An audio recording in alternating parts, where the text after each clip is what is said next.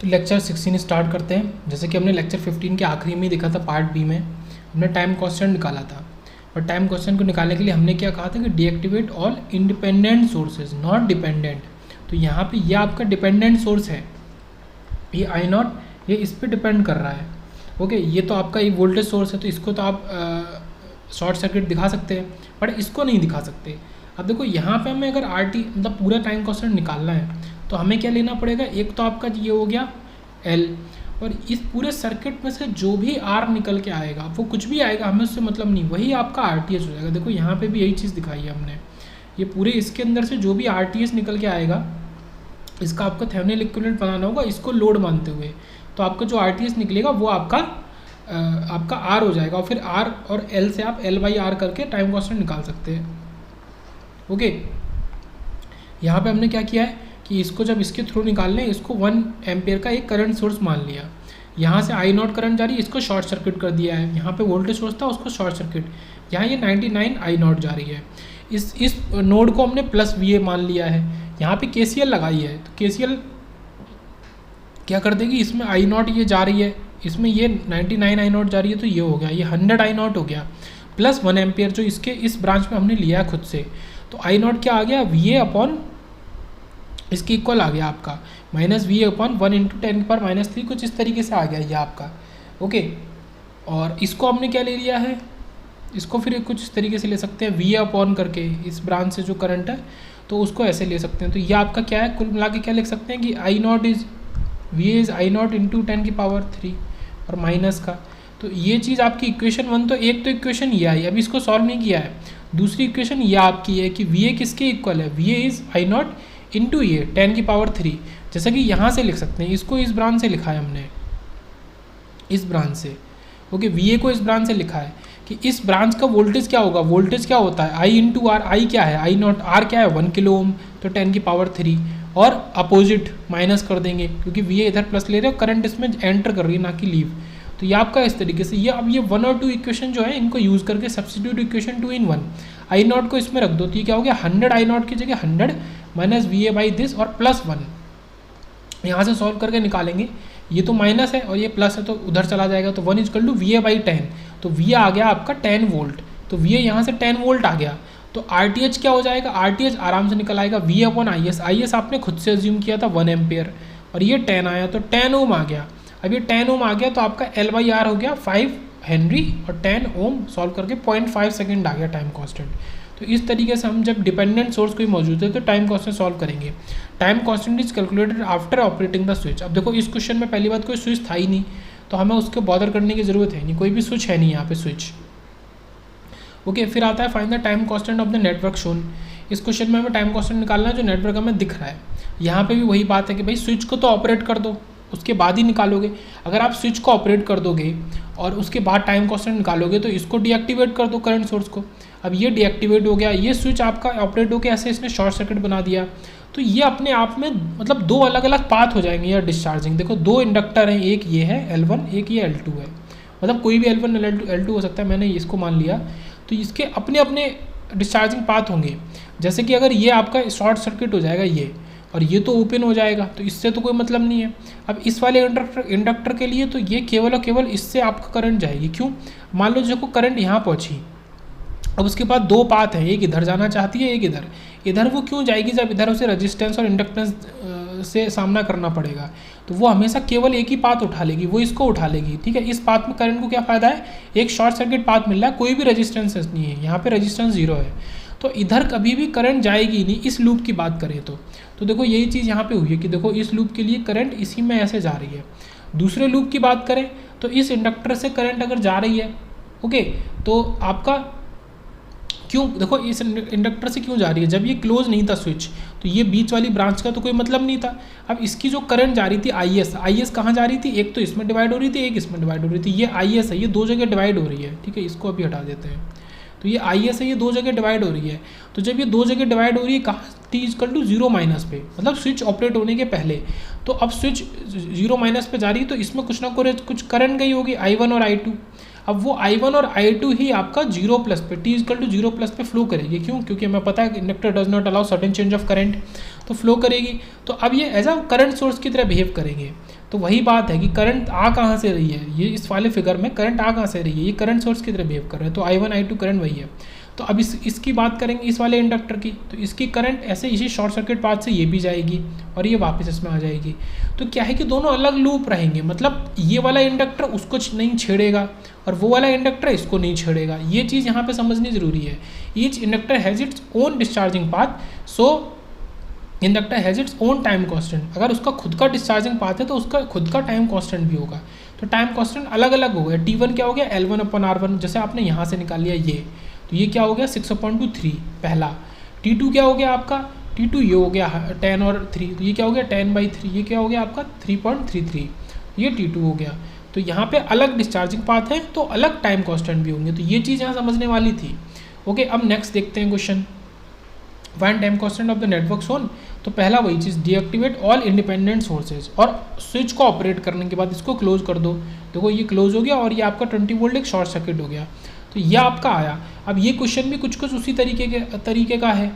Okay, but यहाँ पे अभी ये चीज़ एक्स्ट्रा है पिछले क्वेश्चन से। ओके, यहाँ पे ये चीज़ एक्स्ट्रा आ रही है। तो entire branches are connection in parallel. अब यहाँ पे देखा जाए तो ये देखो ये और ये ब्रांच पैरेलल में है, ये और ये भी इसी के पैरेलल में है, और ये रजिस्टेंस भी पैरेलल में है, सब कुछ पैरेलल में है। बट इंडक्टर ना तो हम कह सकते हैं कि ये तो ब्रांच की बात हो रही है, ये पूरी की पूरी ब्रांचेज, ये पूरी की पूरी ब्रांचेज हम कह रहे हैं कि पैरेलल में है। बट ना तो इंडिविजुअली हम इंडक्टर के लिए कह सकते हैं कि वो पैरेलल में है, और ना तो रजिस्टर के लिए, मतलब इसके संग तो वो सीरीज़ में है, अलग तरीके से पैरेलल में है। तो यहाँ पे यही बात है कि neither in series not in parallel. Okay, register are also not connected in series not in parallel. अभी हम कुछ कह नहीं सकते। अब इस तरीके के क्वेश्चन में आप कोई भी अप्रोच नहीं लगा सकते सॉल्व करने के लिए। तो जब कोई भी अप्रोच नहीं बचे, और जैसे हमने पहले भी डिस्कस किया, more than one storing element, energy storing element हो, तो वहाँ पे आप किसका इस्तेमाल करेंगे, वहाँ पे आप लाप्लास ट्रांसफॉर्म का इस्तेमाल करेंगे। Okay, time constant should be calculated by the Laplace transform, यहाँ पे इस्तेमाल करेंगे, तब हम सॉल्व करेंगे। ओके, तो लाप्लास में चेंज कर लो। तो लाप्लास में चेंज करने का कैसे होता है, आपके जो रजिस्टर है वो तो सेम वैल्यू में रहते हैं। आपका वोल्टेज सोर्स ये कैसा हो जाएगा, ये 20/S हो जाएगा। ओके, ये 20/S हो गया वोल्टेज सोर्स, जो ये 20 वोल्ट है 20/S हो गया। आपका जो इंडक्टर होते हैं वो आपका 5 × S, इंडक्टर में S मल्टीप्लाई होता है। जैसे 5 हेनरी है तो वो 5S हो जाएगा, और अगर 5 फैरेड होता तो वो 1/5S हो जाता। दोनों चीज़ें डिनोमीटर में चली जाती।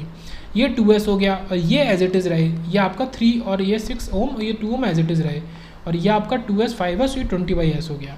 अब इसमें इसको VAS मान लिया, मतलब यहाँ पे टाइम का कुछ भी नहीं रहेगा, केवल हर चीज़ S में आ जाएगी। ओके, इसका वोल्टेज VAT की जगह VAS मान लिया इस पॉइंट पे। अब नोडल लगा देंगे, KCL लगाओ, KCL बोलो या नोडल बोलो, एक ही बात है, नोडल। तो VAS - 20/S/2, ये पहला ब्रांच जो करंट मान लो इधर से आ रहा है, फिर इधर जा रहा है, इधर जा रहा है, इस तरह, तो प्लस VAS/6 + 5S, मतलब इसको इंडिविजुअल मान लो, ये Z है, इम्पिडेंस है, एक ये इम्पिडेंस है, एक ये इम्पिडेंस है, ये Z1 है, ये Z2 है। तो Z1 अपने आप में क्या होगा 6 + 5S, Z2 अपने आप में क्या होगा 3 + 2S। तो यही चीज़ है, देखो VAS/6 + 5S और VAS/3 + 2S। तो इसको सॉल्व करने का तरीका क्या है, क्योंकि फिलहाल तो अभी लाप्लास हम पढ़ेंगे नहीं, लाप्लास लेक्चर 18 में पढ़ेंगे, लेक्चर 16 चल रहा है। आप इसको सॉल्व कर लो VAS को, और तो यहाँ पे कोई अननोन है नहीं, इन टर्म्स ऑफ S वो आ जाएगा। फिर आप उसका लाप्लास, इन्वर्स लाप्लास ले लो लाप्लास का, और इन्वर्स लाप्लास लेके आपका जो आंसर आएगा कुछ इस तरीके से आएगा, समथिंग × e⁻t/t। अभी जो नीचे t है यही आपका टाइम कॉन्स्टेंट आ गया, तो यही आपका टाइम कॉन्स्टेंट हो गया। तो ये क्वेश्चन एक कन्वेंशनल टाइप का क्वेश्चन है, MCQ तो नहीं है क्योंकि काफ़ी बड़ा लेंदी हो जाता है, बट कन्वेंशनल में पूछा जा सकता है, पूछा गया है मिलता जुलता, तो कन्वेंशनल टाइप का क्वेश्चन है। तो इस तरीके से आप यहाँ लाप्लास ट्रांसफॉर्म का इस्तेमाल करके तब आप टाइम कॉन्स्टेंट को निकाल सकते हैं। ओके, तो इसके लिए लाप्लास ट्रांसफॉर्म और इन्वर्स लाप्लास ट्रांसफॉर्म आपका कंडीशन है, प्री रिक्विसाइट है यहाँ पे कि ये आना ही आना चाहिए। उसके बाद नेक्स्ट क्वेश्चन देखेंगे। यहाँ पे फिर बात आ रही है कि find the current in the inductor. Inductor में आपको ये बना भी दिया, ये ILT है, ये आपको इस इंडक्टर में करंट निकाल के लानी है कि इस इंडक्टर में करंट कितनी होगी। एट, यहाँ पे कंडीशन भी दी है कि at t = 3 second, t = 3 second पे यहाँ पे करंट कितनी होगी वो आपको बताना है। अब ये क्वेश्चन थोड़ा सा टफर साइड में है, टफ लेवल क्वेश्चन है। ओके, बट देखते हैं, पहले आपको यहाँ जनरल इक्वेशन करनी पड़ेगी, फिर उसमें 3 लगाएंगे t = मतलब कुल मिला के पहले तो आपको ILT ही निकालना पड़ेगा, तब आप जाएंगे उस पर। मेन इंपॉर्टेंट बात यहाँ पे क्या है कि 2 स्विचेज़ यहाँ पे हम यूज़ कर रहे हैं। ओके, मेन इंपॉर्टेंट बात यह है कि यहाँ पे 2 स्विचेज़ यूज़ कर रहे हैं हम।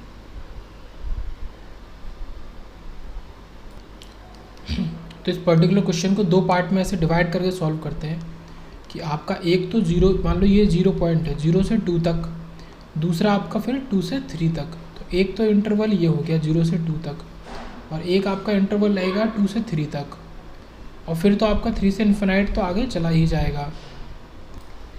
ओके, तो ये डिफरेंट केसेस लेके क्यों ऐसा क्यों है, क्योंकि ये हमें दिख रहा है कि ये जो स्विच है ये तो t=0 पे क्लोज हुआ है।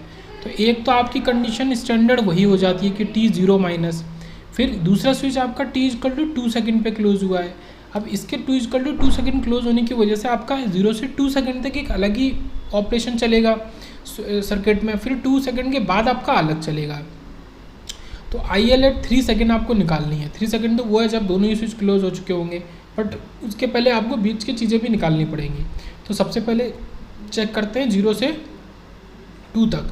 आपका ये जो 0 से 2 तक है तब क्या हो रहा है, तो I0+ की अगर बात करें तो वो 0 ही होगा, क्यों, जब तक कोई भी स्विच क्लोज नहीं है तो इस इंडक्टर में कोई भी करंट कहीं से नहीं आ सकती है।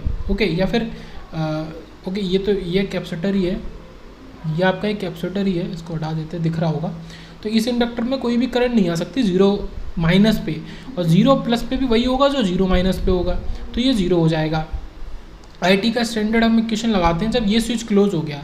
तो ये स्विच क्लोज हो गया तो ये कैसा हो गया असल में, इसको अगर दोबारा ड्रॉ करें तो ये 10 वोल्ट है, ये 10 वोल्ट है, और ये 2 और 3 मिला के 5 ओम हो गया, और ये आपका 10 हेनरी का कैपेसिटर हो गया। तो ये कुछ ऐसा हो गया कि ये आपका 10 वोल्ट का सोर्स है, 5 ओम इसके संग है, और ये आपका ये R है, ये L है, 10 हेनरी, और कुछ भी नहीं, क्योंकि S2 तो अभी क्लोज नहीं है। ये कब से कब तक है, 0 से 2 सेकंड तक है, ये 0 से 2 सेकंड तक है, कुछ इस तरीके का। तो यहाँ पे अगर लिखेंगे IT क्या हो गया, V/R 1 - RT/L।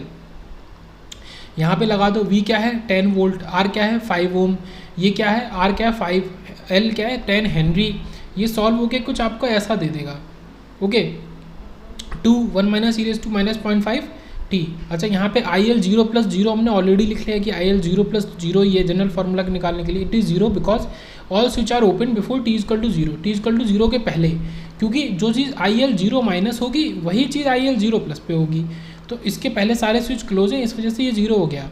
तो यहाँ पे अगर आप बात करें IL2+ या फिर IT2+, अब इसमें क्या करेंगे, इसी इक्वेशन में ये हमने क्या निकाल लिया, IT निकाल लिया। ठीक है, इसको निकालना उतना हार्ड नहीं था, ये स्टैंडर्ड इक्वेशन थी, इसमें हमने वैल्यूज़ रख दी।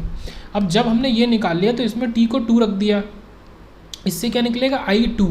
तो 2 सेकंड पे हमारी कितनी करंट फ्लो हो रही है वो हम निकाल रहे हैं। I2 इज़ 2 × 1 - (e−1) हो जाएगा, तो ये आपका 1.26 एम्पेयर आ जाएगा। अब आपको ये समझना है कि जो करंट IT इस पे जा रही है 2+ सेकंड, सॉरी 2 - सेकंड पे जा रही है, सेम वही करंट आपकी 2+ सेकंड पे जाएगी। ओके, तो ये वैल्यू जो निकल आई आपकी I2 पे, तो यही वैल्यू हम बार बार बात कर रहे हैं कि IT 2+ और 2- पे सेम हो गई।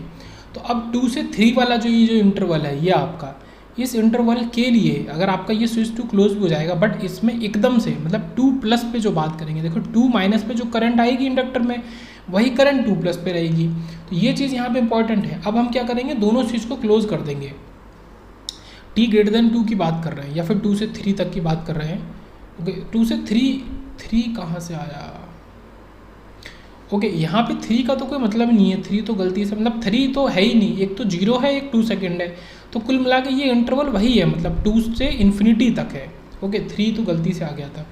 तो आपका t greater than 2 के लिए दोनों स्विच क्लोज हो गए। जब दोनों स्विच क्लोज हो गए तो आपका क्या ऑपरेशन होगा, तो आपको ये देखना है, ये स्विच तो ऑलरेडी क्लोज हो चुका है, अब आपका ये स्विच भी क्लोज हो गया है, तो इसको रीड्रॉ कर लेते हैं। ये आपका 10 वोल्ट का वोल्टेज हो गया, और इसके संग एक आपका रेजिस्टेंस यहाँ है, एक रेजिस्टेंस यहाँ है, और एक रेजिस्टेंस यहाँ है, और ये इसको दोबारा ड्रॉ करते हैं, और ये आपका इंडक्टर है। ये कुछ इस तरीके से हो गया। अब इनकी वैल्यूज़ देख लेते हैं। ये 10 ओम है, 10 वोल्ट है, तो ये आपका 2 ओम है, ये आपका 6 ओम है, ये 3 ओम है, तो ये आपका 2 ओम है, ये आपका 6 ओम है, और ये आपका 3 ओम है, और आपका ये कितना है 10 हेनरी है। ये आपकी दोबारा से वैल्यू आ गई, ये 10 हेनरी है। इस समय पे जब दोनों स्विच क्लोज है तो सब कुछ ये है, बट ये 10 हेनरी वाली जो चीज़ है ये आपका as a current source behave करेगा, ये करंट सोर्स बिहेव करेगा। करंट सोर्स कितना हो गया 1.26 एम्पेयर, ये वाला करंट सोर्स। ओके, तो यहाँ लिखते हैं IT करेंगे। ओके, S2 कब होगा, जब स्विच S1 ऑलरेडी ऑपरेट हो चुका है। ये चीज़ यहाँ पे इंपॉर्टेंट है कि ये पहले ही ऑपरेट हो चुका है। ओके, तो यहाँ पे जब हम ओवरऑल निकालेंगे इक्वेशन, तो यहाँ पे एक चीज़ बहुत ज़्यादा इंपॉर्टेंट है समझने की, ये जो e⁻⁻RT/L होता है, तो ये t की जगह t डैश लेंगे, ये t-2 सेकेंड हो जाएगा। ऐसा क्यों हुआ? ऐसा इसलिए हुआ कि आपका जो स्विच 1 है वो ऑलरेडी ऑपरेट हो चुका था, आपने अब उसको 2 सेकेंड बाद, मतलब स्विच 2 को उसके 2 सेकेंड बाद ऑपरेट किया, मतलब t डैश अगर लिखेंगे तो वो t+2 हो जाएगा। ओके, तो ये चीज़ उधर जाके प्लस हो जाएगी, जैसे ये t डैश है तो यहाँ पे अगर t देखेंगे t क्या हो जाएगा t-+2। ओके, ये कुल मिला के ये पूरा आपका ये t dash equal to t-2 हमने लिखा है, मतलब इसको t डैश माना, उसको t-2 कर दिया। यहाँ से अगर t निकालेंगे जो पहले वाला होता था वो t-+2 निकलेगा। तो यहाँ से वही बात आ रही है कि ये ऑलरेडी ऑपरेट हो चुका है और ये आफ्टर 2 सेकेंड ऑपरेट हुआ है, it is operated after 2 seconds. तो इस आफ्टर 2 सेकेंड की वजह से यहाँ पे t-2 हमको लेना ज़रूरी है। ओके, तो फिलहाल तो हमने इसको t ही लिखा है फिलहाल, और आगे भी t लिखा है, बट ये जो हमने r है, r को हम देखो, l तो अकेला वही है, l में तो चेंजेस हो नहीं रहे। चेंजेस किस में हो रहे हैं? चेंजेस हमारे रजिस्टर में चेंज हो रहे हैं। 6 ओम आपका अलग से जुड़ रहा है, ये 6 ओम। तो यहाँ पे हमने जो t-2 सेकेंड है उसके लिए जो रजिस्टेंस होगा उसको r डैश लिया है, मतलब ये t डैश के लिए रजिस्टेंस को लिया है r डैश, और t के लिए तो r था। ओके, तो इससे क्या होगा कि t डैश के लिए जो हमने रजिस्टेंस r डैश लिया है, अब हमें वो रजिस्टेंस यूज़ करना पड़ेगा, ना कि पुराना वाला। तो वो रजिस्टेंस के लिए क्या होगा, टाइम कांस्टेंट कैसे निकलता है आपका, ये शॉर्ट सर्किट हो जाएगा 10 वोल्ट, और जो भी चीज़ें हैं वो उनके उस हिसाब से हो जाएंगे, फिर आप R निकालोगे। तो ये आपका क्या हो गया I0 प्लस, क्या हो गया I0 प्लस हो गया I2। क्यों? क्योंकि अब इसको हम कहाँ ऑपरेट कर रहे हैं, इसको इस जगह ऑपरेट कर रहे हैं t>2 के लिए, तो ये हो गया I2। ऐसी I इन्फिनिटी को भी I इन्फिनिटी रहने दिया, इसको भी I इन्फिनिटी। तो I इन्फिनिटी क्या होगा, I इन्फिनिटी सॉल्व करेंगे पहले, तो पहले इसको सॉल्व करते हैं। चलो t=इन्फिनिटी पे देखो, t=इन्फिनिटी पे क्या होगा कि ये आपका शॉर्ट सर्किट की तरह बिहेव करेगा ये आपका। तो इससे करंट कितनी जा रही है वो देखनी है, इससे करंट उतनी जा रही होगी जो इस 3 ओम से करंट जा रही होगी। तो यहाँ पे पूरी करंट क्या है, I total is 10 volt upon total resistance. तो 6 और 3 पैरेलल हो गए और उसमें सीरीज में 2 ओम जुड़ गया, ये समझने वाली बात है। ओके, ये जुड़ गया, तो ये 2.5 एम्पेयर करंट थी। अब ये समझो भाई कि 2.5 एम्पेयर करंट ये 10 वोल्ट यहाँ से दे रहा है, तो फिलहाल तो यहाँ पे 2.5 एम्पेयर करंट जा रही है। अब वो 2.5 एम्पेयर करंट 2 हिस्सों में टूटेगी, एक तो यहाँ जाएगी, एक 6 ओम में जाएगी। अब आपको बतानी है कि 3 ओम में कितनी जाएगी, जितनी 3 ओम में जाएगी उतनी वो I इन्फिनिट होगी। ओके, जितनी 3 ओम में जाएगी वही आपका आंसर होगा, तो आपको वही निकालना है। तो करंट डिवीजन रूल कर लो कि 2.5 और 3 ओम में कितनी जाएगी, आपको अपोजिट वाला रेजिस्टेंस लेना पड़ेगा अपॉन टोटल रेजिस्टेंस। तो 1.67 एम्पेयर चली गई। तो अब इस 1.67 एम्पेयर को ही हमने यहाँ पे as a I infinity use किया। ये देखो, ये 1.67 ओके, ये 1.26 I2। ओके, क्योंकि ये यहाँ पे I2 ये निकला था 1.26, या फिर I2 प्लस बोलो, तो ये कुछ इस तरीके से आ गया। तो ये सॉल्व हो गया, आपको कितना आ गया 1.67 माइनस, ये तो अलग हो गया ये वाला, और माइनस 0.41, ये 0.41 दे देगा e⁻R'(t/10)। L तो वही रहेगा, L शुरू में भी 10 हेनरी है, बाद में भी 10 हेनरी है। अब यहाँ पे टाइम कांस्टेंट देखो, निकालने का तरीका वही वाली बात हुई थी कि यहाँ पे आपने वोल्टेज को शॉर्ट सर्किट कर दिया, और आप इस L को छोड़ के जितना भी यहाँ पे रेजिस्टेंस मौजूद है वो सारा आपका R होगा। तो R' कैसे निकालेंगे कि उसके लिए ये 3 है, 3 के संग ये आपका 6 और 2 आपका कैसे हो जाएंगे, 6 × 2 और 6 + 2 ये आपका पैरेलल में हो जाएंगे, ये 12 + 8 दे देंगे, और फिर ये 3 के संग सीरीज में जुड़ जाएगा। तो R' आपका 4.5 ओम आ गया। यहाँ पे ये चीज़ समझनी ज़रूरी थी कि अगर आप पहले इस क्वेश्चन को सॉल्व कर रहे थे तो वहाँ पे R की वैल्यू आपने क्या ली थी, ये देखो, वहाँ पे R की वैल्यू केवल ये 3 और 2 ओम को एक साथ लेके ली थी, ये 3 और 2 ओम को एक साथ लेके ली थी। तो वहाँ तो काम चल गया था क्योंकि ये तो स्विच ओपन था S2, और वहाँ पे 6 ओम का कोई मतलब नहीं था। अब जब 6 ओम आ गया तो R की जगह R' लोगे आप, R' कितना 4.5, तो ये देखो वापस से उसी इक्वेशन में आते हैं कि 1.26 माइनस 1.67 और ये तो 1.67 माइनस 0.41 और ये आपका सॉल्व होकर कितना आ गया आपका 4.5/10, तो वो दे देगा e⁻⁻.45। ठीक है, ये यही तो होगा 4e⁻⁻4.5t/10, तो ये क्या दे देगा 0.45। तो यही आपका आंसर आखिरी में आ जाएगा। तो यहाँ पे ये IL_t निकला। अब हमें t = 3 सेकेंड पर निकालना है IL3, तो IL3 के लिए t की जगह 3 रख दो इसमें, तो ये 0.45 × 3 हो जाएगा। इसको सॉल्व कर लो, पूरे को सॉल्व कर लोगे तो आपको ये 1.408 एम्पियर दे देगा। वेरी रेयर क्वेश्चन है बट फिर भी पूछा जा सकता है। यहाँ पे 2 स्विच ऑपरेट हो रहे हैं। ओके, तो क्वेश्चन हार्ड है बट फिर भी स्टेप बाय स्टेप सॉल्व करेंगे जो चीज़ें निकल सकती हैं। और फॉर्मूलेज आपको याद होने चाहिए। ओके, किस वाले सर्किट में क्या फॉर्मूले लगेंगे वो आपको याद होने चाहिए, वो ज़रूरी है यहाँ पे। फिर नेक्स्ट क्वेश्चन देखते हैं। यहाँ पे क्या बात कर रहा है, in the network shown at t = 0 switch is connected to position 1। t = 0 पे ये स्विच पोजीशन 1 पे कनेक्ट था। फिर आफ्टर 1 टाइम कांस्टेंट, एक टाइम कांस्टेंट के बाद, वो टाइम कांस्टेंट कितना है अभी हमें नहीं पता, या हम पता भी नहीं कर रहे हैं। Switch is transfer to position 2, तो पोजीशन 2 पे स्विच को ट्रांसफर कर दिया एक टाइम कांस्टेंट के बाद। ओके, तो सबसे पहले उसी को देखते हैं। तो टाइम कांस्टेंट अगर बात करेंगे t0, तो t0 कितना हो जाएगा आपका r × c, क्योंकि यहाँ पे c मौजूद है, कैपेसिटर मौजूद है, कोई इंडक्टर नहीं है, तो दोनों ही की वैल्यू आपको दे दी है और कोई इसके अलावा कोई रजिस्टर भी मौजूद नहीं, केवल एक ही रजिस्टर है, तो यहाँ पे सेम ही रहेगा टाइम कांस्टेंट। तो 1 × 1 सेकेंड हो जाएगा। तो कुल मिला के वो क्या कह रहा है कि 1 सेकेंड के बाद 1 सेकेंड तक तो स्विच पोजीशन 1 पे रहा, मतलब 0 पे तो उसका t = 0 पे तो आपने उसको किया पोजीशन 1 पे, शुरू में तो वो किसी पे भी जुड़ा हुआ नहीं था, तो t = 0 पे उसको पोजीशन 1 पे किया और t = 1 सेकेंड पे उसको पोजीशन 2 पे कर दिया। ये कंक्लूजन है। अब आपसे पूछ रहा है कि find the current response when switch is connected to position 2, तो करंट का रेस्पॉन्स क्या होगा जब स्विच को पोजीशन 2 पे जोड़ेंगे। फिर find the voltage response across the capacitor eight t = 2 second, फिर वही बात मतलब t = 2 सेकेंड पे। अब ये इन्होंने तीसरी कंडीशन डाल दी, तो यहाँ पे समझो ये कुछ ऐसा है 0, ये 2 सेकेंड है और ये आगे इन्फिनाइट तो चला जाएगा, फिर ये बीच में आपका 1 सेकेंड है। तो देखो यहाँ पे पोजीशन 1 है 0 पे, फिर 1 सेकेंड पे पोजीशन 2 है और यहाँ पे वो VC आपका पूछ रहा है, VCT आपका पूछ रहा है इस 2 सेकेंड पे, 2 सेकेंड पे वो पूछ रहा है VCT। ओके, यहाँ पे दो कुछ ऐसे पार्टीशन बन जाएंगे, एक तो आपका ये हो गया पहला वाला और फिर आपका एक 1 सेकेंड से 2 सेकेंड तक हो गया। तो इस तरीके से आपको सॉल्व करना है। तो करंट की वैल्यू पोजीशन 2 मतलब 1 सेकेंड पे और आपको वोल्टेज की वैल्यू कैपेसिटर के थ्रू 2 सेकेंड पे निकालनी है। तो सबसे पहले पोजीशन 2 की बात करते हैं। तो पोजीशन 2 के लिए क्या हो गया कि आपने उसको मतलब दोनों ही लगभग एक जैसे केसेस हैं। यहाँ पे जोड़ोगे तो वो 100 वोल्ट से जुड़ जाएगा और यहाँ पे जोड़ोगे तो वो 50 वोल्ट से जुड़ जाएगा, तो लगभग एक जैसे ही केसेस हैं। बाकी ROC तो अपने आप जैसे शुरू में तो बाद में भी वैसे रहेंगे, बट उनके सोर्स वोल्टेज की वैल्यू बदल जाएगी। तो यहाँ पे भी सेम इक्वेशन IT = I0+, यहाँ पे फिर I ∞ होगा, I ∞ माइनस हो रहा है और e⁻RC और t-T0, ये वही कॉन्सेप्ट है जो -t-T0 जैसा हमने पिछले वाले क्वेश्चन में डिस्कस किया था। ओके, पोजीशन 2 का क्या मतलब है कि यहाँ कब आया, यहाँ पे t-T0 टाइम के बाद आया। t0 टाइम क्या है 1, तो t-1 सेकेंड के बाद आया। तो यहाँ पे आप t की जगह हम क्या यूज़ करेंगे t-1 सेकेंड। तो ये चीज़ पिछले क्वेश्चन में भी डिस्कस करी थी, यहाँ पे भी यही चीज़ इंपॉर्टेंट है। मतलब क्वेश्चन वहाँ पे थोड़ा ट्रिकी हो जाता है जहाँ पे आप मोर देन 1 स्विच या 2 या 3 स्विच को यूज़ करते हैं। ओके, तो पोजीशन 2 के लिए एक स्टैंडर्ड इक्वेशन लिखी। पोजीशन 1 के लिए क्या जानते हैं कि पोजीशन 1 की जब बात करेंगे तो कैपेसिटर में पहले तो वोल्टेज 0 होगा।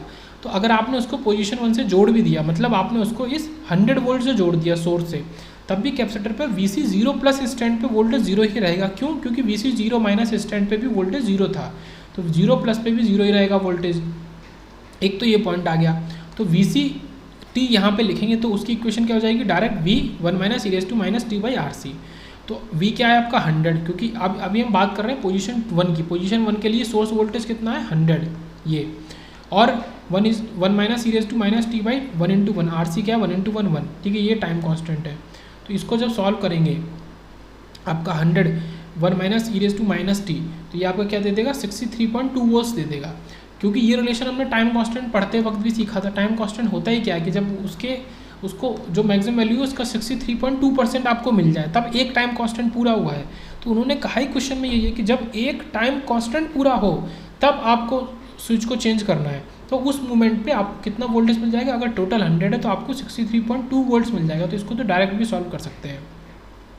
ये चार्जिंग कैपेसिटर की बात हो रही है, मतलब जब आपने पहली बार स्विच को जोड़ा है 100 वोल्ट से, ठीक है, शुरू में अनचार्ज कैपेसिटर था, जब आपने 100 वोल्ट से जोड़ लिया तो कैपेसिटर चार्ज होना शुरू हुआ, और अभी एकदम नॉर्मल काम चल रहा है आपका जब तक हमने पोजीशन 2 पे नहीं डाला है।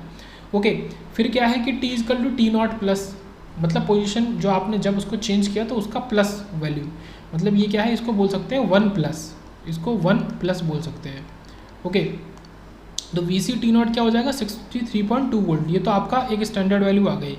अब हमने क्या किया, उसको कनेक्शन 2 पे जोड़ दिया, ये पोजीशन 2 है, अब उसको 50 वोल्ट से जोड़ दिया, बट अब क्या होगा कि इसमें ऑलरेडी चार्ज स्टोर हो चुका था, इसका वोल्टेज आ गया था, वोल्टेज अकोमुलेट हो गया था कैपेसिटर पे, तो अब ये एज अ वोल्टेज सोर्स काम करेगा। तो एक तो वोल्टेज सोर्स ये है माइनस प्लस, और एक वोल्टेज सोर्स ये होगा जब इसमें पोलरिटी आपकी सेम यही रहेगी, बट करंट की डायरेक्शन चेंज हो जाएगी, तो करंट इसमें यहाँ से फ्लो करेगी, जबकि पहले ऊपर से नीचे फ्लो कर रही थी। ये हमने कॉन्सेप्ट सीखा है कि इंडक्टर में पोलरिटी चेंज हो जाती है और कैपेसिटर में उसके थ्रू करंट की डायरेक्शन चेंज हो जाती है कि ओके, तो this will act as a voltage source. यहाँ पे इसमें हम आई टी नॉट निकालना चाहते हैं इस सर्किट में, तो आई टी नॉट कैसे निकलेगी, दोनों वोल्टेज एक ही डायरेक्शन में है, देखो ये भी करंट को नीचे इधर भेज रहा है और ये भी इसको आगे ले जाके ऐसे ही ले जा रहा है, एक डायरेक्शन में है, तो ये दोनों प्लस हो गए, और डिवाइडेड बाई आपका रेजिस्टेंस 1, तो 113.2 एम्पियर करंट आ गई। तो टोटल अब इसमें इतनी करंट आपका फ्लो कर रही है। ये तो पोजीशन 2 की बात हो गई। अब बात करेंगे इन्फिनिटी की, टी इक्वल टू इन्फिनिटी की, तो टी इक्वल टू इन्फिनिटी पे हमारा ये तो पूरी तरीके से डिस्चार्ज हो चुका है रेजिस्टेंस के थ्रू, तो ये तो ओपन सर्किट हो गया। अब ये ओपन सर्किट हो गया, तो ओपन सर्किट वाले चीज़ पे कितना वोल्टेज होगा, जो कि पूरे इस पे वोल्टेज होगा, ये देखो इस पे -50 वोल्ट है, तो इस ओपन सर्किट वाली चीज़ पे भी इतना ही वोल्टेज होगा, तो ये 50 वोल्ट आ गया। फिर पोलरिटी इसकी ऐसे आ गई, माइनस ऊपर है प्लस नीचे है, तो ये 50 वोल्ट आपका आ गया। ओके, अब ये ओपन सर्किट है तो इसके थ्रू करंट कितनी हो गई, वो 0 हो गई, तो आई इन्फिनिटी आपकी 0 करंट हो गई, और वी सी इन्फिनिटी आपका 50 वोल्ट आ गया। पोजीशन 2 की फिर से बात करते हैं, तो आई टी क्या हो गया आपका, जैसे वहाँ पे ये था ना,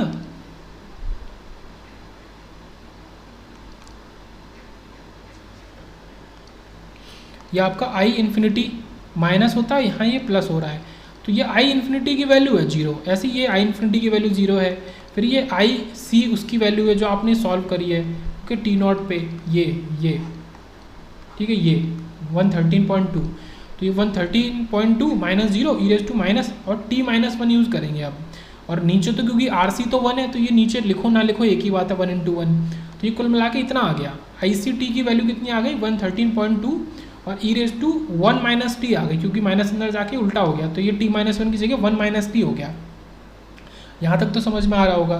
तो ये पोजीशन 2 की बात कर रहे हैं, अभी बात कर रहे थे करंट की, केवल करंट की। अब पोजीशन 2 पे वोल्टेज की बात करेंगे, इसमें भी सेम वही स्टैंडर्ड इक्वेशन यूज़ करेंगे।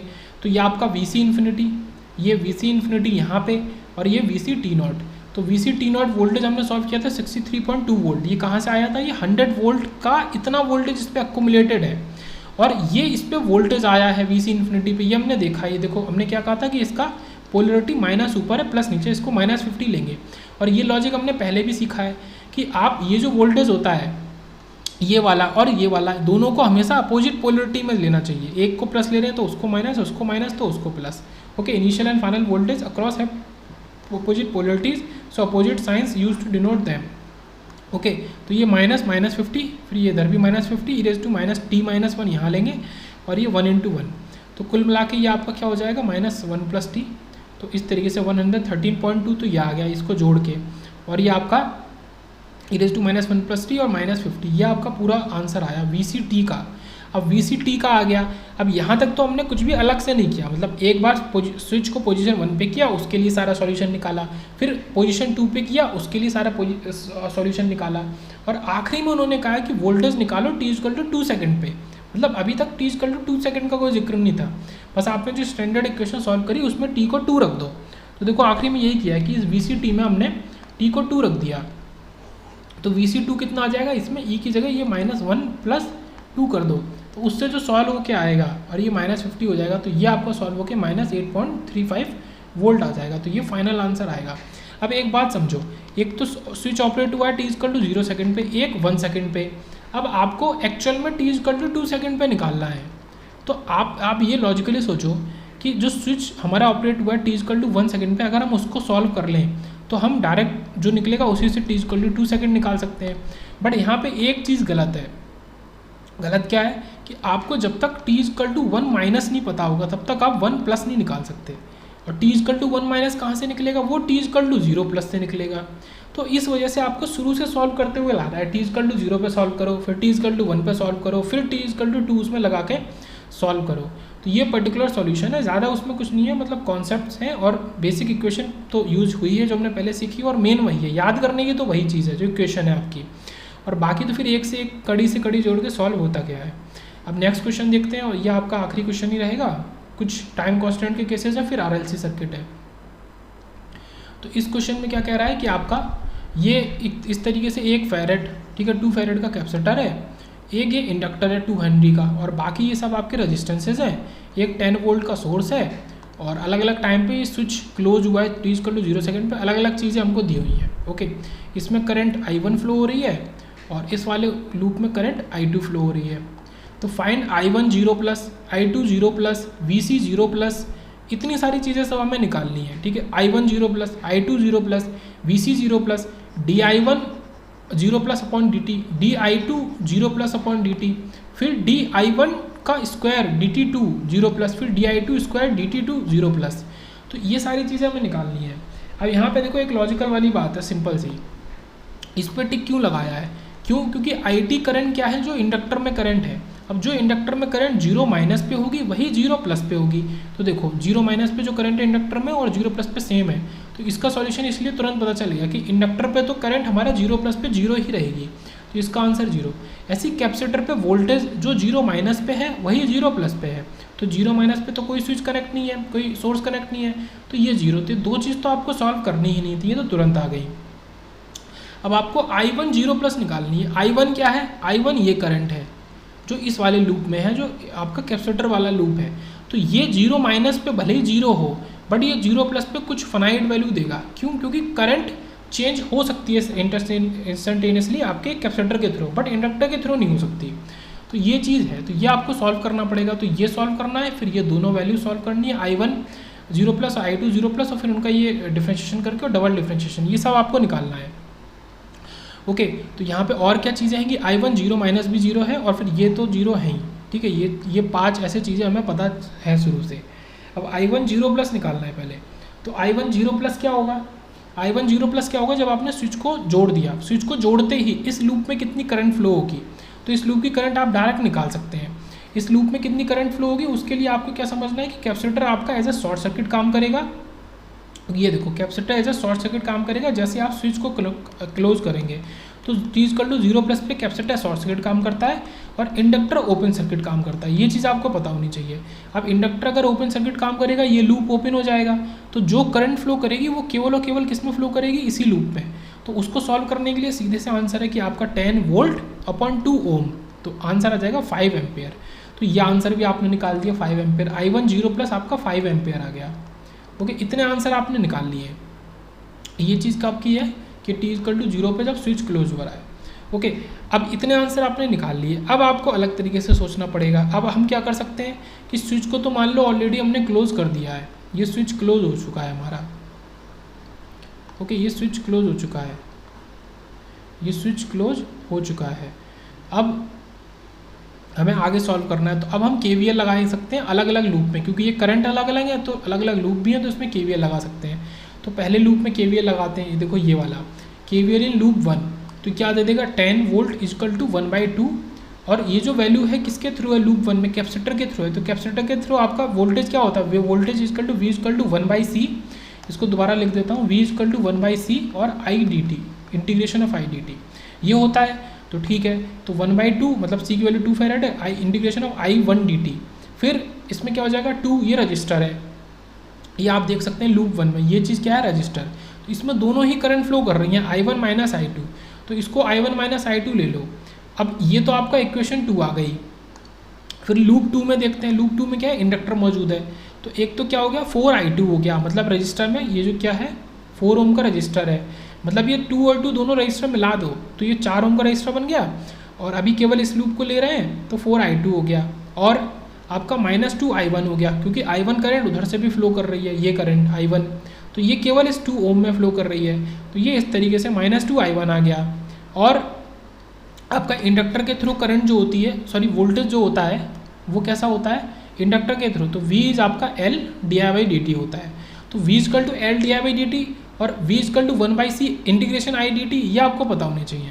तो इसके लिए ये क्या हो गया 2 हेनरी मतलब 2 आपका L और di2/dt, इसमें जो भी करंट फ्लो हो रही है उसका नाम है I2, वो कर दो। तो ये इक्वेशन 1 बन गई। अब इन इक्वेशन 1 और 2 का यूज़ करके करेंगे, तो पहले इसमें क्या करो, इसका इंटीग्रेशन कर दो, तो डायरेक्ट आप इससे di2/dt निकाल सकते हो।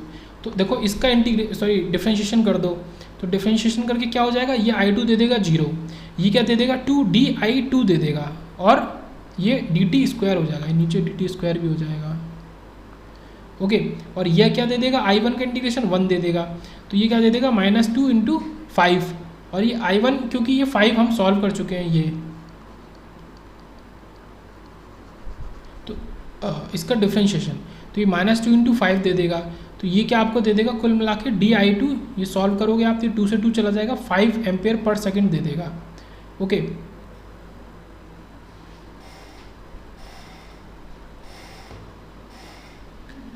अच्छा, यहाँ पे फिलहाल इसका डिफरेंशिएशन नहीं किया, ये I2 ही है, मतलब तभी तो बात है, ये I2 ही लिखा हुआ है। इसको थोड़ा फिर से देख लेते हैं, ये करंट I2 है, ना कि I का स्क्वायर है, करंट I2 है। बट आपका I2 करंट जो I2 करंट है, अब आप I2 करंट को चेक भी कर सकते हो, देखो I2 करंट 0+ पे वो 0 है, इस वजह से इसको हमने 0 लिया है ना, ये 0 हो गई, ये 2di2 हो गई, और I1 आपने सॉल्व करी है, ये I1 as it is solve करी है, तो इसको अभी डिफरेंशिएशन करने की ज़रूरत नहीं है। तो यहाँ से आपने सीधे di2/dt निकाल लिया। पहले तो आपको ये निकालना है, फिर इसका डिफरेंशिएशन वाला वर्जन निकालना है। देखो ये di2/dt ये वाला, ये आपने निकाला है। ऐसे ही यहाँ पे करेंगे, यहाँ पे हम कर रहे हैं differentiating with respect to time, इसको डिफरेंशिएट कर दो, तो ये क्या t = 0+ पे, तो ये tan तो कांस्टेंट 0 हो गया, ये क्या हो गया इंटीग्रेशन हट जाएगा इससे, तो केवल I1/2 बचेगा। ऐसे यहाँ पे क्या हो जाएगा, ये 2 है और ये di1/dt और ये di2/dt। अब तक हम di2/dt को निकाल चुके हैं, उसकी वैल्यू रख दो 5, तो केवल यहाँ से आपके पास निकालने के लिए क्या बचेगा di1/dt, और कोई भी अननोन नहीं है, तो इसको सॉल्व करोगे तो 3.75 एम्पेयर पर सेकेंड ये आ गया। तो देखो दोनों वैल्यूज़ आपने निकाल ली। यहाँ पे आपको जो ये निकालना था di1/dt निकाल लिया, और ये di2/dt निकाल लिया, ये दोनों आपने निकाल लिए। तो ये तरीका हुआ। अब इनका डबल डिफरेंशिएशन वर्जन भी निकालना है आपको। तो हमने क्या किया, बेसिक KVL लगाया है, कुछ नॉर्मल वैल्यूज़ I2 0+, I1 0+, ये वैल्यूज़ हमने सॉल्व करी हैं, और जहाँ ज़रूरत पड़ी तो जैसे यहाँ इंटीग्रेशन मौजूद था, पर हमें इंटीग्रेशन का तो दूर दूर तक काम नहीं है, तो उसको डिफरेंशिएट कर दिया, तो वो इंटीग्रेशन चला गया। ये चीज़ें करी हैं। अब फिर से क्या होगा, डबल डिफरेंशिएशन निकालने का ऑब्वियस सा तरीका है कि आप डबल डिफरेंशिएट कर दो। तो ये जो इक्वेशन मौजूद है 1, इसमें एक ये डिफरेंशिएशन वाला टर्म ऑलरेडी मौजूद है di2/dt, हम इसी को डबल डिफरेंशिएट कर देंगे, तो ये क्या बन जाएगा di2/dt²। बाकी जहाँ भी I1 है वो di1/dt हो जाएगा, जहाँ I2 है वो di2/dt हो जाएगा, इस तरीके से। तो अब इनकी वैल्यूज़ हम ऑलरेडी सॉल्व कर चुके हैं, तो इनकी वैल्यूज़ हम लगा देंगे, ओके। तो इनकी वैल्यूज़ लगा के ये आपको वैल्यू दे देगा -6.25 ampere per second square, unit सही से लिखना। ऐसे ही इक्वेशन 2 को कर देंगे डबल डिफरेंशिएट, तो आपको जो चाहिए होगा वो आपको मिल जाएगा। जैसे ये मिल गया आपको di1²/dt²। अब यहाँ पे di2²/dt² भी आया, पर पहले वो हम सॉल्व कर ही चुके हैं, तो पहले इसलिए इसको इस इक्वेशन को कर रहे हैं, पहले लूप 2 को सॉल्व कर रहे हैं, उसके बाद लूप 1 पे जा रहे हैं। तो इसको सॉल्व करके ये -7.18 एम्पेयर पर सेकेंड स्क्वायर दे देगा। यहाँ पे यूनिट का ध्यान रखेंगे। तो इस तरीके से है। तो ये जो डबल डिफरेंशिएशन वाली बात आती है, तो ये हम कर तो कभी भी सकते हैं। जैसे इस इक्वेशन का हमने डबल डिफरेंशिएशन कर दिया, ये इक्वेशन 2 का, लूप 1 का, बट इसके लिए पहले हमें ये लूप 2 है, इक्वेशन 1 है, यहाँ से वैल्यूज़ पता होंगी तभी हम इस पर जा सकते हैं। तो जैसे यहाँ पे ये पूरी इक्वेशन सॉल्व होके आई, अब इसमें आपको वैल्यूज़ नहीं पता है बाकी चीज़ों की, तो फिर आप सॉल्यूशन कैसे निकालेंगे। तो पहले सारी वैल्यूज़ को इकट्ठा करना है, फिर आगे इक्वेशंस पे बढ़ते जाना है। अब यहाँ पे कुछ इंपॉर्टेंट केसेस देख लेते हैं टाइम कांस्टेंट के, फिर ये लेक्चर खत्म होगा। तो जैसे कि आपका ये वोल्टेज सोर्स है, ये आपका ROC जुड़ा हुआ है, तो यहाँ पे हमने t = 0 पर स्विच को क्लोज किया, तो 0- पे तो वोल्टेज 0 था। अगर 0- पे वोल्टेज 0 है तो 0+ पे भी कैपेसिटर के थ्रू वोल्टेज 0 ही होगा। ये तो ऑब्वियस सी बात है, यहाँ कुछ भी सोचना नहीं है। ऐसे ही हमारा इंडक्टर का केस सेम, ये L है, ये R है, ये वोल्टेज है, ये हमने स्विच को बंद किया 0 पे, 0 माइनस पे करंट 0 है इंडक्टर के अंदर, तो 0 प्लस पे करंट फिर भी 0 ही रहेगी इंडक्टर के अंदर। तो 1 और 4 वाले केस तो ईजी है। अब देखो हमने क्या किया है कि यहाँ पे क्या किया है कि यहाँ पे हमने स्विच को क्लोज किया और केवल C मौजूद है हमारा, केवल C। अब स्विच को क्लोज किया, केवल C मौजूद है, तो यहाँ पे रेजिस्टेंस तो है ही नहीं। क्यों? रेजिस्टेंस को आप मतलब रेजिस्टेंस कहाँ है? रेजिस्टेंस है ही नहीं, ये पूरा एक शॉर्ट सर्किट वायर है, तो इसका रेजिस्टेंस तो है ही नहीं। और इसको कैलकुलेट करने के लिए आप क्या करते हो, टाइम कांस्टेंट को, इसको आप शॉर्ट सर्किट कर देते हो वोल्टेज को। तो जब पूरी चीज़ शॉर्ट सर्किट होगी तो रेजिस्टेंस हो गया 0, और 0 का मतलब आपका टाइम कांस्टेंट हो गया 0। तो टाइम कांस्टेंट अगर 0 हो गया, इसका क्या मतलब होता है वो समझो। T = 0 माइनस पे वोल्टेज कैपेसिटर में 0 है, कोई दिक्कत नहीं, स्विच ओपन है, कोई वोल्टेज नहीं है। T = 0 प्लस पे एकदम से वोल्टेज कहाँ से आ गया? तो इसका सीधा सा लॉजिक है कि अगर टाइम कांस्टेंट 0 है तो इसका क्या मतलब है कि टाइम कांस्टेंट क्या होता है, एक टाइम पीरियड होता है कि जितना उसको इतनी वैल्यू अटेन करने में टाइम लगता है। अगर वो 0 है मतलब उसको टाइम ही नहीं लगेगा, वो तुरंत अटेन कर लेगी वैल्यू, जो भी वो मैक्सिमम वैल्यू कैपेसिटर अटेन कर सकता है या फिर मैक्सिमम करंट इंडक्टर अटेन कर सकता है, वो 0 सेकेंड में अटेन कर लेगा, क्योंकि टाइम कांस्टेंट 0 है। तो इस वजह से इस पर्टिकुलर केस में आपको T = 0 प्लस पे वोल्टेज एकदम से पूरा मिल जाएगा। इसी के मिलता जुलता ये देखो, यहाँ पे आपका इंडक्टर है और कैपेसिटर भी है, और ये आपका करंट सोर्स है। तो अगर इंडक्टर और कैपेसिटर को हमने करंट सोर्स से जोड़ा हुआ है अगर, तो यहाँ पे T = 0 माइनस पे तो आपका ये 0 है। बट जैसे इस स्विच को क्लोज किया तो करंट सोर्स, इसको सॉल्व करने के लिए देखो, इसको सॉल्व करने के लिए क्या होता है, जब आप टाइम कांस्टेंट निकालते हो बेसिक्स पे जाओ, तो आप ये जो करंट सोर्स है इसको ओपन सर्किट करोगे तभी तो टाइम कांस्टेंट के लिए R और L की वैल्यू निकालोगे। तो जैसे आपने इसको ओपन सर्किट किया तो इसमें से करंट फ्लो होनी हो गई 0, मतलब रेजिस्टेंस की वैल्यू कितनी हो गई, इन्फिनाइट। ये देखो रेजिस्टेंस की वैल्यू हो गई इन्फिनाइट। टाइम कांस्टेंट क्या होता है, L/R, तो ये क्या हो गया L/इन्फिनाइट, तो ये क्या दे देगा 0। तो इस केस में भी आपका टाइम कांस्टेंट 0 आ गया, ये आपको चेक करना पड़ेगा। मतलब एक स्टैंडर्ड टाइप है, अगर आपने LR/RL सर्किट को एक करंट सोर्स के संग जोड़ा है सीरीज़ में तो आपका टाइम कांस्टेंट हो गया 0। तो इस वजह से यहाँ पे भी आपको T = 0 सेकेंड पे तुरंत करंट मिल जाएगी IS इंडक्टर के ऊपर। ओके, एक केस और लेते हैं। ये केस है जब आपने एक वोल्टेज सोर्स के संग एक कैपेसिटर और एक रजिस्टर को जोड़ा है, बट पैरेलल में जोड़ा है। ऐसा क्यों? जब आप इसको सॉल्व करोगे तो आप इसको शॉर्ट सर्किट कर दोगे वोल्टेज सोर्स को, जब आप टाइम कांस्टेंट निकालोगे उसकी कंडीशन क्या है, सारे इंडिपेंडेंट सोर्सेज को आप उनके इंटरनल इम्पीडेंसेस से रिप्लेस कर दो, तो R यहाँ पे भी 0 हो जाएगा। कैसे? जब ये आपका शॉर्ट सर्किट हो गया तो करंट तो फिर शॉर्ट सर्किट चीज़ से जाएगी, तो यहाँ पे कोई रेजिस्टेंस नहीं होगा, मतलब इस रेजिस्टेंस का कोई महत्व नहीं होगा। क्यों? वो ये देखो, आपका किसी वोल्टेज सोर्स के संग अगर ये जुड़ा है या किसी शॉर्ट सर्किट वायर के संग रेजिस्टेंस जुड़ा है तो उसका कोई वैल्यू नहीं है। तो R 0 हो गया तो यहाँ पे भी टाइम कांस्टेंट 0 हो गया। तो वही लॉजिक यहाँ पे कि 0 माइनस पे तो VC 0 है, बट जैसे 0 प्लस होगा VC आपका V वोल्ट हो जाएगा। ये फंडा हमें यहाँ लगाना है। तो टाइम कांस्टेंट 0 नहीं होता है यूजुअली, बट यहाँ है क्योंकि यहाँ पे कोई आइडियल सोर्स हमने लिए हैं, मतलब कुछ ऐसी कंडीशन ले ली है जहाँ पे आपका टाइम कांस्टेंट 0 हो सकता है। और टाइम कांस्टेंट 0 होने से क्या मतलब समझे आप, कि आपका तुरंत चार्ज हो जाएगा। तो जो चीज़ आपको जो चीज़ें वैलिड हैं कि 0 माइनस 0 प्लस में सेम रहना चाहिए, वो वैलिड नहीं रहेंगी। फिर एक केस और देखते हैं। यहाँ पे आपने कैपेसिटर को जोड़ा है एक करंट सोर्स के संग, तो ग्राफ केवल तब वैलिड होगा टाइम कांस्टेंट आपका फाइनाइट होगा, ये चीज़ समझने की बात है। ओके, अगर फाइनाइट नहीं होगा तो फिर ये ग्राफ आपका ऐसे निकल जाएगा, ऐसे, तो वो तो अभी तो नहीं निकल रहा है। तो इस केस में तो आपका नॉर्मल है। ओके, टाइम कांस्टेंट को कैलकुलेट करो। टाइम कांस्टेंट क्या हो जाएगा यहाँ पे, इन्फिनाइट। कैसे? जब आप इसको कैलकुलेट करोगे तो यहाँ वैसे तो कोई रेजिस्टेंस आपको दिख नहीं रहा है, बट रेजिस्टेंस को निकालने के लिए आपको कुछ स्टेप्स तो फॉलो करने पड़ते हैं ना। आपको इसको ओपन सर्किट करना पड़ेगा, और जैसे ये ओपन सर्किट होगा इसका मतलब कि इस वायर का रेजिस्टेंस इस लूप का इन्फिनाइट हो गया, तो टाइम कांस्टेंट भी इन्फिनाइट हो गया। अगर ऐसा हुआ तो ये तो आपका नॉर्मल केस था, ये वाला जो आप पढ़ते आ रहे थे कि 5 टाइम कांस्टेंट तक वो एक स्टडी स्टेट को अचीव करता है बस। बट इस 6th वाले टाइप का आपका ये ग्राफ है। यहाँ पे ये ग्राफ क्या कह रहा है कि अगर टाइम कांस्टेंट आपका इन्फिनाइट हुआ तो फिर ये शेप आपका ये लीनियर हो जाएगा, ये ऐसे चलता जाएगा, कभी ख़त्म ही नहीं होगा। तो ये चार्ज होता जाएगा क्योंकि टाइम कांस्टेंट इन्फिनाइट है। ओके, टाइम बढ़ता जाएगा और इसके ऊपर वोल्टेज की वैल्यू बढ़ती जाएगी। कभी मतलब इसका क्या मतलब है, बढ़ती जाएगी क्या मतलब है, कभी ये मैक्सिमम वैल्यू जो है, ये जैसे IS इसका करंट है, तो मैक्सिमम करंट कभी अटेन कर ही नहीं पाएगा ये कैपेसिटर, है ना, ये मतलब है इसका। या फिर ये जो मैक्सिमम वैल्यू VC है वोल्टेज की, इसके अक्रॉस जो वोल्टेज है इसके अक्रॉस, तो वो VC कभी अटेन कर ही नहीं पाएगा। क्यों? क्योंकि इसको तो इन्फिनाइट टाइम चाहिए। इन्फिनाइट टाइम का लॉजिक क्या, सीधा सा लॉजिक है कि इन्फिनाइट टाइम में अचीव करेगा, तो इन्फिनाइट टाइम के पहले तो कभी अचीव ही नहीं कर पाएगा। ऐसे यहाँ पे केस है, हमने अगर इंडक्टर को एक वोल्टेज सोर्स से जोड़ा है तो इसका टाइम कांस्टेंट निकालो। जब वोल्टेज सोर्स से जोड़ दिया तो इसको शॉर्ट सर्किट करोगे, ये रेजिस्टेंस हो जाएगा 0 और टाइम कांस्टेंट क्या होता है L/R, और ये हो जाएगा L/0 और L/0 हो जाएगा इन्फिनिटी। तो यहाँ पे भी वही बात कि आपको इन्फिनाइट टाइम चाहिए, मतलब ये जो इंडक्टर है इसके ऊपर वोल्टेज आ ही नहीं पाएगा या करंट आ ही नहीं पाएगी, ये IL आपकी आ ही नहीं पाएगी सुपर मैक्सिमम करंट। कब आएगी? इन्फिनाइट टाइम पे आएगी, हमें नहीं पता कब इन्फिनाइट टाइम है। तो IL आपका टाइम के डायरेक्टली प्रोपोर्शनल हो गया, ये तो इन्होंने दिखाया क्यों हुआ। IL = 1/L इंटीग्रेशन VDT, तो ये क्या हो गया IL = VS/T/L, मतलब टाइम के प्रोपोर्शनल हो गया कुल मिला के। ये क्या, ये T कहाँ से आ गया?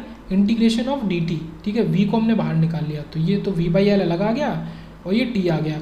ऐसे ही ऊपर वाले केस में था कि यहाँ पे भी हमने इंटीग्रेशन ऑफ IS और C को अलग निकाल लिया और मतलब इंटीग्रेशन ऑफ DT क्या दे दिया? T दे दिया।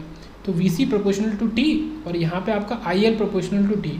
तो यहाँ पे वही बात आ गई कि ऐसे दो केस हैं, जब आप एक कैपेसिटर को एक करंट सोर्स के संग जोड़ते हो और एक इंडक्टर को एक वोल्टेज सोर्स के संग जोड़ते हो, वहाँ पे आपको इन्फिनाइट टाइम चाहिए उस इंडक्टर और कैपेसिटर को फुली चार्ज करने के लिए। ओके, नेक्स्ट देखेंगे नेक्स्ट लेक्चर में।